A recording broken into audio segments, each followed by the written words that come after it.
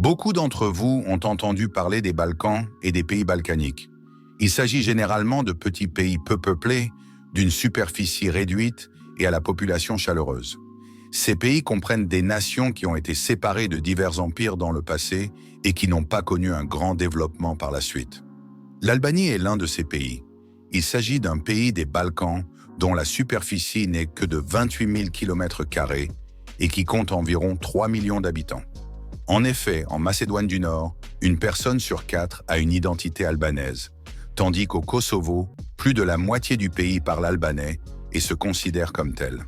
Nous avons eu la chance d'y séjourner pendant une semaine et dans cette vidéo, nous allons essayer de vous faire découvrir le pays. Les 2 premières vidéos seront conformes aux informations données par notre guide albanais et nous apprendrons des informations assez récentes sur le pays. La 3e et dernière vidéo parlera de nos propres observations sur la vie en Albanie au cours de la semaine. Par exemple, vous êtes allé à Tirana, la capitale, et vous vouliez prendre un petit déjeuner local, typique de la culture albanaise. Ici, comme dans des endroits comme la Macédoine du Nord et le Kosovo, vous trouverez des pâtisseries. Ces pâtisseries, qui constituent un style de petit déjeuner unique aux Albanais, commencent la journée par des pâtisseries grasses comme dans les autres pays des Balkans. Ils appellent ces pâtisseries « burek » et ceux qui ne veulent pas les manger achètent des parts de pizza dans des pizzerias situés dans différents quartiers de la ville. Les habitants des Balkans préparent les pâtisseries avec beaucoup d'huile. Certaines pâtisseries sont à base de viande, d'autres de fromage ou d'épinards. Si vous êtes une personne qui ne mange pas la viande de tous les animaux, il est utile de demander de quel type de viande il s'agit lorsque vous achetez des pâtisseries à la viande. En effet, il existe différentes croyances en Albanie et les musulmans ne mangent pas de porc, tandis que les chrétiens peuvent le préférer. Pour distinguer ces magasins les uns des autres, les enseignes des entreprises musulmanes portent la mention « nourriture halal ». Si nous parlons brièvement de l'histoire récente de l'Albanie, elle couvre une géographie qui a été sous le contrôle de Byzance, c'est-à-dire de la Rome orientale, pendant 1000 ans dans le passé, puis de l'Empire ottoman pendant 437 ans. Dans un passé récent, comme la plupart des États des Balkans, il faisait partie de l'Empire ottoman. Plus tard, lorsque l'Empire ottoman a perdu ses terres, le pays a été occupé par des pays tels que l'Italie, la Grèce et la Serbie. La société albanaise, qui a tenté de se retrouver après ces occupations, a même été influencée par le communisme au fil du temps. Aujourd'hui encore, lorsque vous vous rendez sur place, vous constatez que les Ottomans et les Italiens ont eu une grande influence sur la culture, la nourriture et le mode de vie des Albanais. Par exemple, des places portent le nom de dirigeants italiens tels que Victor Emmanuel et Samuel Square, ou des personnalités albanaises bien connues telles que Mère Teresa portant le nom d'Italien. Après les Ottomans et les Italiens, le pays a connu une période de communisme. Ceux qui connaissent bien l'histoire savent que les Albanais ont eu un dirigeant communiste très célèbre et important, connu sous le nom de H. Cet homme a dirigé le Parti travailliste albanais de 1941 à 1985. On dit qu'Enver Hoxha, qui a dirigé l'Albanie pendant environ 41 ans, a fait passer le taux d'alphabétisation dans le pays de 5 à 90%, a construit plusieurs chemins de fer dans le pays et a mis fin à des épidémies. Malgré cela, il a fermé tous les établissements religieux du pays et a transformé le pays en une structure laïque. En d'autres termes, la religion a été complètement interdite dans le pays et le pays a évolué vers une structure athée. En fait, si vous vous rendez en Albanie aujourd'hui, vous verrez d'innombrables tunnels souterrains dans le pays qui ont été construits par Enver Hoxha lui-même contre l'éventualité d'une guerre et qui ont maintenant été transformés en musées. L'un d'entre eux se trouve au centre de la capitale. Nous y sommes entrés et si vous vous intéressez à l'héritage du communisme, les salles et les objets de ces tunnels souterrains peuvent vraiment vous intéresser. En conséquence, nous pouvons dire qu'après l'effondrement de l'Union soviétique, les effets du communisme ont pris fin en Albanie. Le dirigeant communiste Hoxha est mort en 1985. Selon le guide, lorsque le communisme a pris fin dans le pays, celui-ci est tombé dans un vide de gestion. Certains Albanais ont même eu la possibilité d'émigrer en Italie et d'obtenir la nationalité italienne. Certains Albanais, qui étaient jeunes à l'époque, ont émigré en Italie et dans diverses régions d'Europe. C'est pourquoi il y a aujourd'hui très peu de personnes d'âge moyen dans leur pays. Si vous visitez la capitale, Notre ami local vous dira que vous verrez surtout des jeunes de la génération Z, âgés de 18 à 20 ans, et des personnes très âgées. Bien que les Albanais aient subi l'influence d'autres nations et cultures pendant tant d'années, ils ont réussi à atteindre les temps modernes sans être assimilés. Cependant, même s'ils conservent leur identité albanaise, de nombreux aspects de leur vie quotidienne sont une combinaison des nations dont ils ont subi l'influence. Par exemple, le fait que la moitié du pays soit composé de musulmans, ou le fait qu'ils mangent des aliments issus de la culture turque, et l'apparence de certaines personnes est une caractéristique qui leur a été transmise par l'Empire ottoman. Le fait qu'ils suivent l'exemple des Italiens en matière de mode, de sport et de style vestimentaire est un autre exemple d'influence italienne. En fait, lorsque vous parlez à certains Albanais, ils ne suivent pas les équipes de football de leur propre pays, mais les championnats italiens. Ils se sentent donc plus proches de l'Europe que de l'Asie. Les Albanais ont un drapeau différent. En fait, la plupart des drapeaux nationaux sont généralement de couleur claire. Le drapeau de ce pays, cependant, est une combinaison de deux couleurs aussi foncées que possible. Il a un fond rouge foncé et un symbole devant le drapeau, qu'ils appellent l'aigle albanais. Le drapeau albanais me donne une impression pessimiste, mais selon le guide, le fond rouge symbolise le sang des personnes tuées pendant les guerres en Albanie, surtout pendant le régime communiste. L'aigle à l'avant du drapeau est un symbole de pouvoir. Il explique que même à l'époque romaine orientale, byzantine, l'aigle était utilisé comme symbole de pouvoir et que cette idée a été transmise aux Albanais. Le fait que l'aigle ait deux têtes montre l'unité du peuple albanais. Nous savons que les habitants des Balkans sont pour la plupart des personnes à faible revenu et que leur argent vaut moins qu'en Europe. Comme la plupart d'entre eux ne sont pas des pays de l'Union européenne, ils utilisent leur propre monnaie. Même la Roumanie et la Grèce, qui sont membres de l'Union européenne, utilisent encore leur propre monnaie. La monnaie albanaise s'appelle le leki albanais. Au moment où nous écrivons ce texte, nous pouvons dire qu'un euro correspond à 102 leki albanais. Si certains d'entre vous gagnent des euros et pensent qu'ils peuvent acheter beaucoup de choses avec un euro, c'est-à-dire 100 lek, lorsqu'ils se rendent en Albanie, il n'en est malheureusement rien, mes amis. La valeur en lek de tout, des marchés aux restaurants et aux magasins, est très élevée et il n'y a presque rien à moins de 200 lek.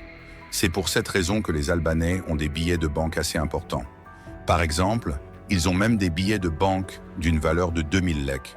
De même, ils ont des pièces de monnaie en fer avec des valeurs unitaires élevées telles que 5, 20 et même 100 lek. Par exemple, vous pouvez considérer que ces 1000 pièces albanaises dans la main du guide valent 10 euros.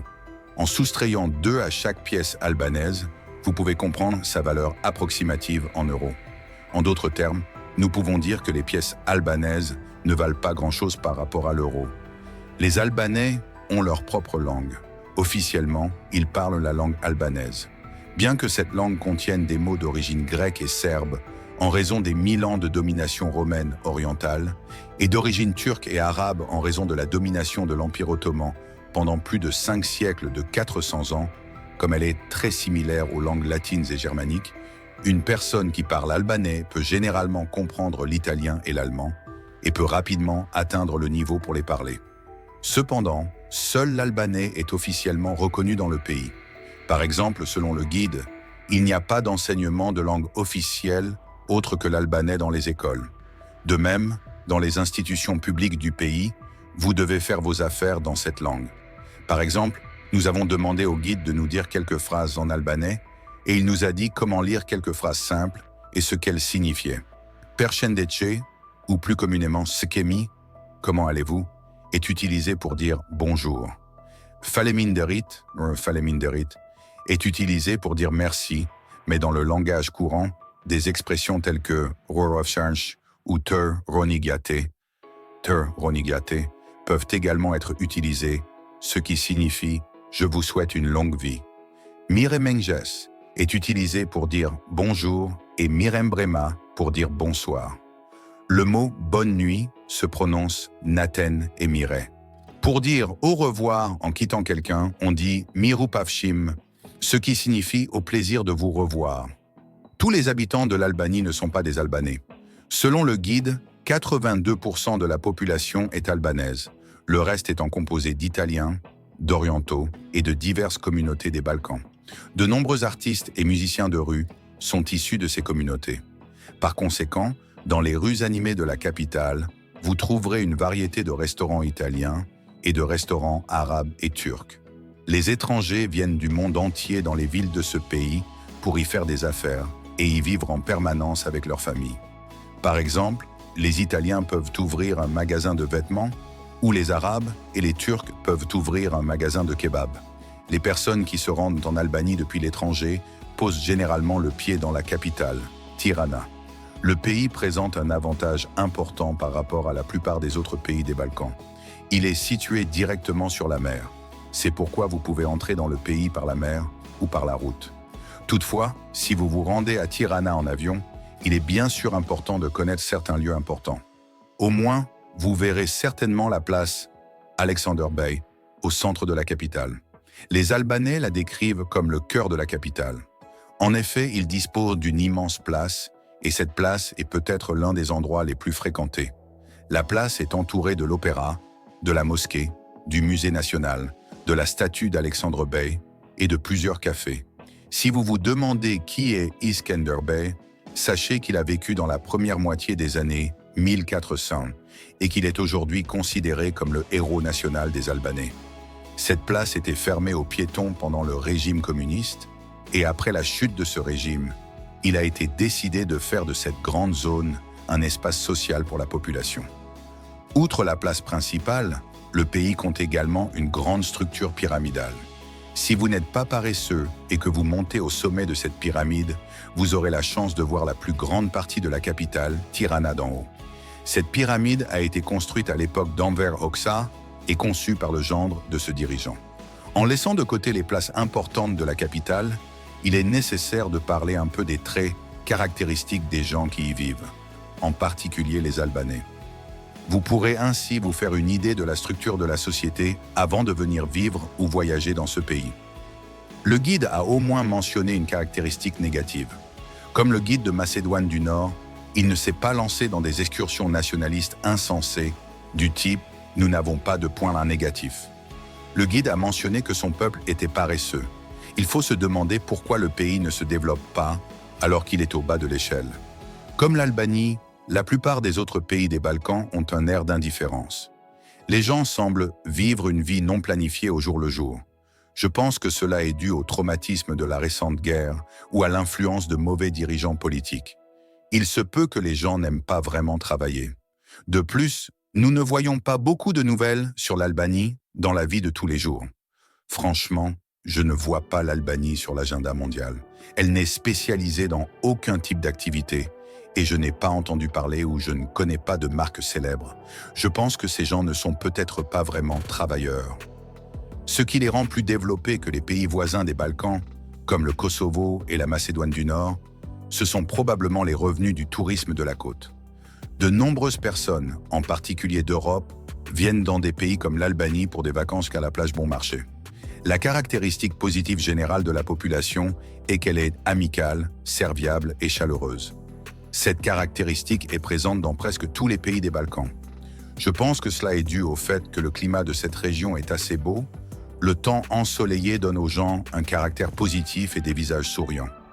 J'ai également demandé au guide si les Albanais étaient racistes ou non. Il m'a répondu que les Albanais étaient tout à fait amicaux et qu'ils n'avaient aucun préjugé à l'égard d'une autre nation. Il a précisé qu'ils étaient extrêmement nationalistes mais a insisté sur le fait qu'ils n'étaient pas racistes. Ce n'est que lorsque des Noirs d'Afrique viennent dans leur pays qu'ils les regardent plus attentivement parce qu'ils n'ont pas l'habitude de les voir. En effet, il n'y a pas beaucoup d'Africains qui vivent dans les Balkans et les Noirs ne sont pas vus dans ces pays. Combien ces personnes gagnent-elles en moyenne par mois et suffisamment pour survivre en tant que famille? D'après ce que j'ai compris, bien qu'il y ait du tourisme maritime ici, les revenus mensuels ne sont pas très élevés. Le revenu mensuel minimum dans le pays n'est que de 400 €. Les Albanais gagnent entre 400 et 800 € par mois grâce à leur profession. Je pense que l'on se plaint que les dirigeants albanais essaient de porter les salaires à 900 €. Par exemple, dans plusieurs pays d'Europe, comme la Suisse et les États-Unis d'Amérique, les gens sont payés à l'heure. Si vous venez vivre dans les Balkans depuis un pays où le salaire horaire est pratiqué, Sachez que ce concept n'existe pas dans ces pays. Dans des pays comme l'Albanie, les gens ne gagnent pas d'argent à l'heure, mais selon un salaire mensuel fixe. Il convient également de préciser que l'Albanie, comme d'autres pays des Balkans, a tendance à se tourner vers l'étranger.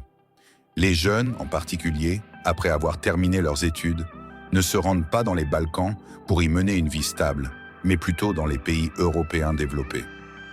L'Allemagne, la France et l'Italie font partie des pays offrant un large éventail de possibilités d'emploi. En outre, si l'on regarde les loyers mensuels des appartements dans la capitale Tirana sur l'Internet, on peut dire qu'il n'y a pratiquement pas d'appartements à louer en dessous de 400 €. On peut donc dire que pour bien vivre dans la capitale albanaise, il faut qu'au moins 2 personnes d'une famille de 4 personnes travaillent et qu'elles apportent un revenu net minimum d'environ 1 000 € par mois. La raison pour laquelle j'indique le coût mensuel pour 4 personnes est que les Albanais mènent une vie axée sur la famille, comme dans d'autres pays des Balkans. Dans ces pays, le concept de famille signifie tout pour eux et ils sont unis dans la vie. Le mari et la femme considèrent généralement qu'une structure familiale avec 2 enfants est suffisante. Si vous sortez un dimanche et observez un peu les environs, vous verrez que les gens sont toujours assis avec leur famille dans les parcs et les cafés et qu'ils passent leur temps en famille. Certains passent leur dimanche à la maison avec leur famille, tandis que d'autres passent leur dimanche à l'extérieur. Pour eux, le dimanche est donc un jour où l'on passe du temps en famille. La liberté de croyance religieuse existe dans le pays. Les habitants des Balkans croient en ce qu'ils veulent et aucune pression religieuse n'est exercée sur qui que ce soit.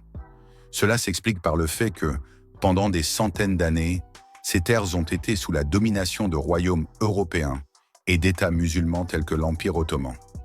Aujourd'hui, les pays des Balkans, comme l'Albanie, comptent de nombreuses mosquées et églises.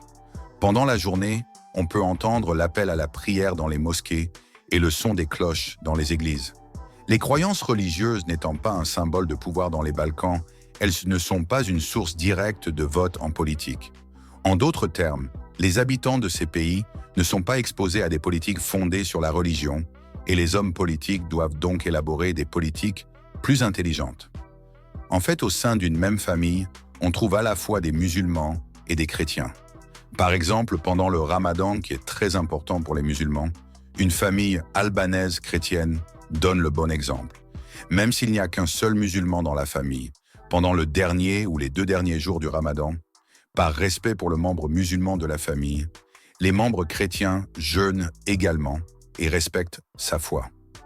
D'autre part, le pays jouit d'une mauvaise réputation. Tout comme le pays a des valeurs positives telles que le foie albanais, il a aussi des réputations négatives telles que la mafia albanaise. Cette mauvaise réputation du pays est connue dans presque toutes les parties du monde. Par exemple, les organisations mafieuses sérieuses des Balkans sont généralement dirigées par des Albanais et sont connues sous le nom de mafia albanaise. Les mafias albanaises sont reconnues comme l'une des organisations criminelles les plus sérieuses au monde. Selon certaines allégations, il se murmure même que certaines personnes qui tiennent des magasins en Albanie rendent hommage aux mafias albanaises. Par exemple, certains prétendent qu'une personne qui ouvre un commerce dans un quartier animé de Tirana sera certainement hantée par la mafia d'une manière ou d'une autre. Toutefois, si vous vous rendez dans le pays uniquement pour le tourisme, le pays est extrêmement sûr, vous pouvez en être sûr.